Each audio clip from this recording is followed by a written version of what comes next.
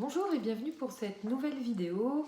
Si vous ne me connaissez pas, je m'appelle Aurore, je suis médium et passionnée de lithothérapie depuis mon enfance. On va parler aujourd'hui du nombre de pierres qu'on peut porter. Alors ça porte toujours débat, le but n'est pas de vous donner la vérité ou de dire ma vérité, voilà. J'accroche beaucoup d'importance au fait de fonctionner en fonction des ressentis de chacun. Ça me semble super important puisque le but est d'être bien avec ses propres énergies, donc en fonction des énergies qu'on va s'apporter. En plus, avec les minéraux, le but est de se sentir en équilibre et en harmonie. Donc, combien de pierres peut-on porter en même temps sur soi? Beaucoup de livres, beaucoup d'articles parlent de 3 à 4 pierres. Alors moi, ce qui m'amuse beaucoup, c'est de dire, mais à partir de plus de 3 ou 4 pierres, mais que se passe-t-il? Puisque beaucoup de personnes sont dans une inquiétude et s'achètent des pierres, les portent, que ce soit en bracelet, mettent des pierres sous l'oreiller, et l'entourage va d'un coup leur dire, ah là là, mais attends, t'as plus de 3 ou 4 pierres. Euh, D'un coup c'est le drame et d'un coup on va pas se sentir bien, ce qui est assez étrange et pas tellement logique, voilà, puisque on partait dans une bonne intention et on se sentait plutôt bien avec l'ensemble des pierres. Alors, plus sérieusement, combien de pierres peut-on porter? Bien sûr, il ne faut pas partir dans un excès parce qu'on ne peut pas tout travailler en même temps. Après, parler d'un nombre de pierres précis, c'est très délicat, dans le sens où certaines pierres vont s'associer. Personnellement, j'aime bien créer des composés. Alors, le plus souvent, je les canalise, on me les montre la nuit, où je vais les avoir en flash, et ils sont souvent composés de 3 minéraux qui vont être associés voilà, dans un bracelet notamment et pouvoir voilà, réunir des pierres qui vont être répétées facilement au moins 7 fois.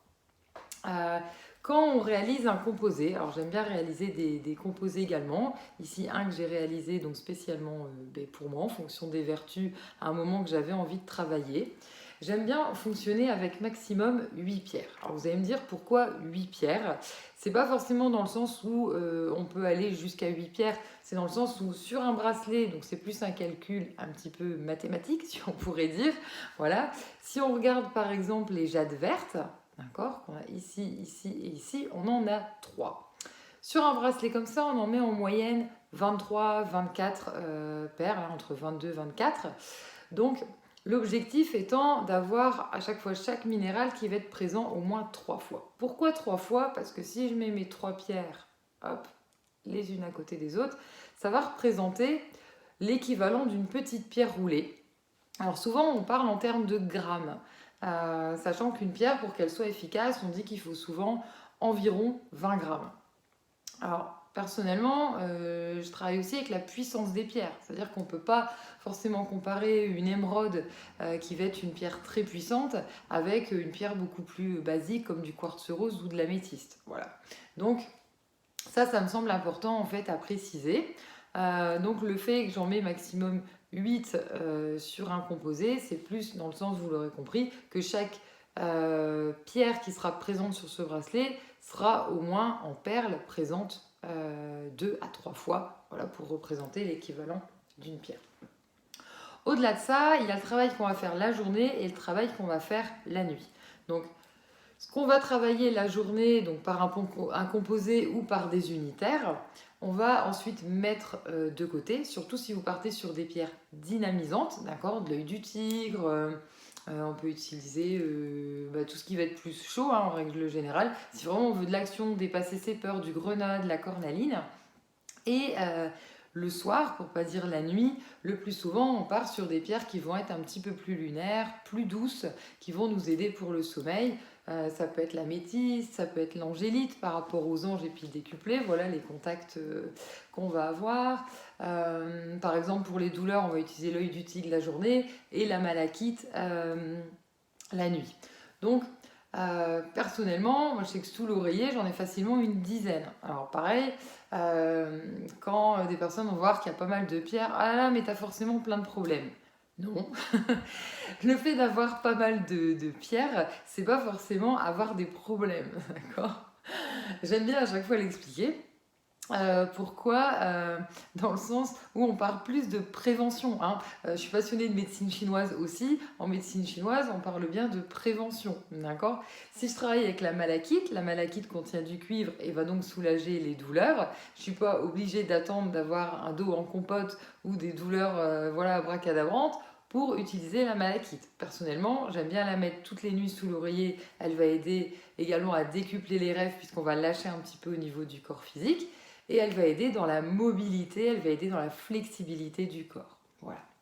Donc je peux tout à fait avoir des pierres qui vont être là en fait en soutien, en aide, sans avoir un problème particulier. Donc en ce sens-là, j'espère vous aider dans le choix de vos pierres. Et pareil, c'est pas parce que vous avez plusieurs pierres que vous devez travailler avec toutes les pierres en même temps. D'accord? Moi je sais que personnellement, hop, si je vous montre une petite partie que j'ai ici, donc là c'est uniquement les bracelets, voilà, ici j'ai un collier et ensuite j'ai les pierres la nuit sous l'oreiller. Je ne travaille pas tous les jours avec toutes les pierres, d'accord? Si je prends un exemple ici, la cornaline, que je vais avoir, la cornaline c'est une pierre qui va aider à dépasser les peurs. Je peux mettre cette pierre là si j'ai un entretien, si j'ai besoin voilà, de me dépasser, de me booster. Une période où je vais sentir que je suis énervée, où j'ai besoin justement de m'apaiser, j'ai besoin de me calmer, je ne vais pas forcément travailler avec la cornaline. Donc faites-vous confiance aussi. Si on compare, alors la lithothérapie, on parle beaucoup des couleurs. Pourquoi? Parce que le matin, quand vous vous levez, si vous avez préparé vos vêtements la veille, vous n'avez plus forcément la même intention. Et ben, les minéraux, c'est un peu pareil, d'accord? C'est même largement pareil, puisqu'il y a une interférence, enfin voilà, une connexion avec les différents chakras, avec notre aura. On n'aura pas les mêmes besoins, les mêmes envies. Et à ce moment-là, il faut adapter. Donc, si vous ne connaissez pas encore bien les chakras, vous ne connaissez pas bien les significations, faites-vous confiance. Il y a des jours où on n'a pas envie de bleu, on n'a pas envie de rose, on n'a pas envie voilà, de certaines couleurs. Et ben, mettez-les de côté, travaillez avec d'autres. D'accord? Et vraiment, faites attention à vos ressentis. Pour moi, c'est vraiment important de véhiculer ça. Voilà, c'est pas dans le sens de donner une vérité, mais c'est assez compliqué de partir à chaque fois sur ben, il faut tant de pierres, il faut absolument telle chose. Non, pas forcément. Voilà. Si on prend de la tourmaline ou de l'obsidienne noire, toutes les deux, c'est des pierres assez fortes.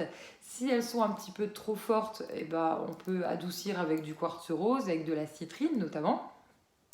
Si on veut faire un travail profond, on n'est pas obligé de mettre ces pierres-là, donc ça dépendra toujours de ce qu'on veut travailler. Donc vraiment, faites-vous confiance, c'est le plus important. Voilà. Et après, quand on veut travailler sur, par exemple, de la protection, là c'est un collier voilà, que j'ai créé, on va retrouver de la labradorite, on va retrouver de l'œil de taureau, on va retrouver de l'obsidienne œil céleste, donc c'est des pierres qu'on peut tout à fait assembler. Là, je suis partie sur 4 minéraux différents qui sont à chaque fois de l'œil du tigre, pardon, oui, et de la cornaline. Donc il y en a 5 qui vont être répétés à chaque fois pour tout le collier. Voilà. Le but, c'est vraiment de se faire confiance, de se sentir bien et rien n'empêche de rééquilibrer, de remodifier à chaque fois en fonction des ressentis. Voilà. J'espère vous avoir éclairé sur le fait de porter un nombre de pierres en fait qui va surtout vous correspondre à vos énergies. Faites vraiment confiance à vos ressentis. La lithothérapie, c'est une expérience. Voilà, c'est pas forcément quelque chose à apprendre uniquement par cœur. À bientôt pour une nouvelle vidéo.